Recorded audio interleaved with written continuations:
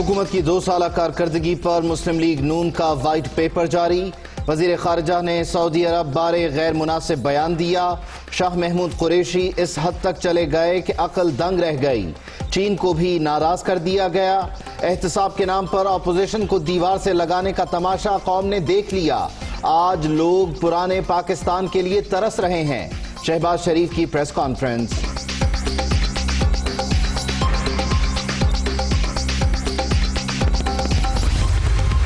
سب سے بڑا فیلئر پچھلے 2 سال میں جو فورن پالیسی کا ہے وہ کشمیر ہے۔ وہاں پہ جو قتل عام اس وقت برپا ہے اور سارے ہندوستان میں مسلمانوں کا جس طرح قتل عام ہو رہا ہے، جینوسائیڈ ہو رہا ہے، یہ پاکستان کی فورن پالیسی کی سب سے بڑی فیلئر ہے۔ 2 سال 2.5 سال ہماری حکومت کے آخری یہ کلبھشن کے خلاف جو ہے ہمیں مودی کا یار کہتے رہے۔ کلبھشن کے سہولت کار یہ بن گئے، یہ بھی فورن پالیسی فیلئر ہے۔ 2 سال میں سب سے بڑی ناکامی کشمیر، OIC ڈس فنکشنل، خارجہ پالیسی ٹوٹل کولیپس، ملائیشیا اور سعودی عرب کو بھی ناراض کر دیا گیا۔ امریکہ کے ساتھ تعلقات میں کیا کامیابی ہوئی؟ کم سے کم ایران افغانستان کے ساتھ ہی تعلقات بہتر کر لیں۔ ان کو ناکامیوں پر شرم نہیں آتی، دفاع کرتے ہیں۔ رہنما مسلم لیگ نون خواجہ آصف کی نیوز کانفرنس۔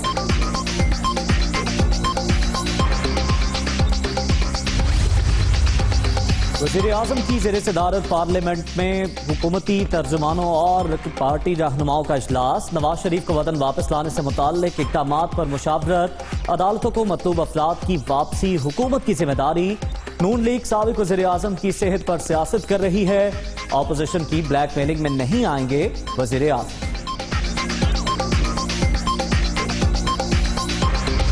جنہوں نے 35 سال اس ملک کو بے دردی کے ساتھ دونوں ہاتھوں سے لوٹا ہے اور سوائے لوٹنے کے ان کا کوئی کام نہیں تھا۔ وہ ڈاکو ہیں، وہ چور ہیں، وہ اس ملک کے دشمن ہیں۔ انہوں نے لوٹا ہے اس ملک کو، خون چوسا ہے اس غریب قوم کا، واجب القتل ہیں وہ لوگ۔ وفاقی وزیر برائے ہوا بازی غلام سرور خان نے ملک لوٹنے والوں کو واجب القتل قرار دے دیا۔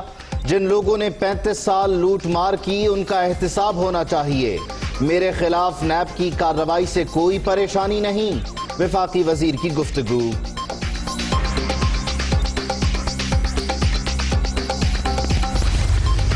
سیاسی مخالفین کی تنقید برائے تنقید کی کوئی پرواہ نہیں۔ بے بنیاد الزامات لگانے والے ترقی کا سفر روکنا چاہتے ہیں۔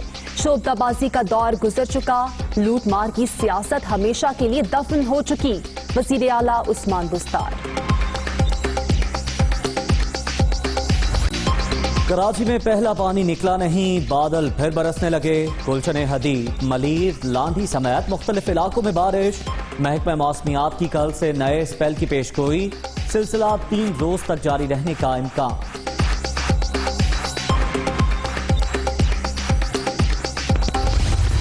یہ لیٹر لکھیں سب کو، prime minister president of Pakistan, prime minister of Pakistan, chief secretary of Sindh, chief minister of Sindh, governor of Sindh. یہ کون لے گا؟ کون؟ ایک جواب نہیں کیا اس کا میرا، اس کا ان خطوں کا ایک جواب نہیں دیا میرا۔ یہ کراچی تمہیں پالتا ہے، سب بیٹھے ہوئے دیکھ رہے ہیں۔ یا تو زہر ملاؤ پانی میں، کراچی کے لوگوں کو مارو، جان چھڑاؤ اور اپنی مرضی کے لوگ بسا دو یہاں۔ کراچی کے مسائل پر اعلیٰ حکام کو 77 خطوط لکھے لیکن کوئی جواب نہیں آیا۔ میئر کراچی کا جذباتی انداز، خط پھینک دیے۔ ایک ہی بار کراچی والوں کو زہر دے دو۔ وسیم اختر آپ دیدہ ہو گئے۔ وسائل کی کمی شہر کی ترقی میں بڑی رکاوٹ قرار۔ کراچی والوں کے لیے بڑی خبر، سندھ حکومت کا کیپٹل ویلیو ٹیکس ختم کرنے کا فیصلہ۔ تعمیراتی شعبے کے لیے مراعات کا اعلان، 40 صنعتوں کو فائدہ ملے گا۔ فائنانس ترمیمی ایکٹ منظوری کے بعد نافذ العمل ہوگا۔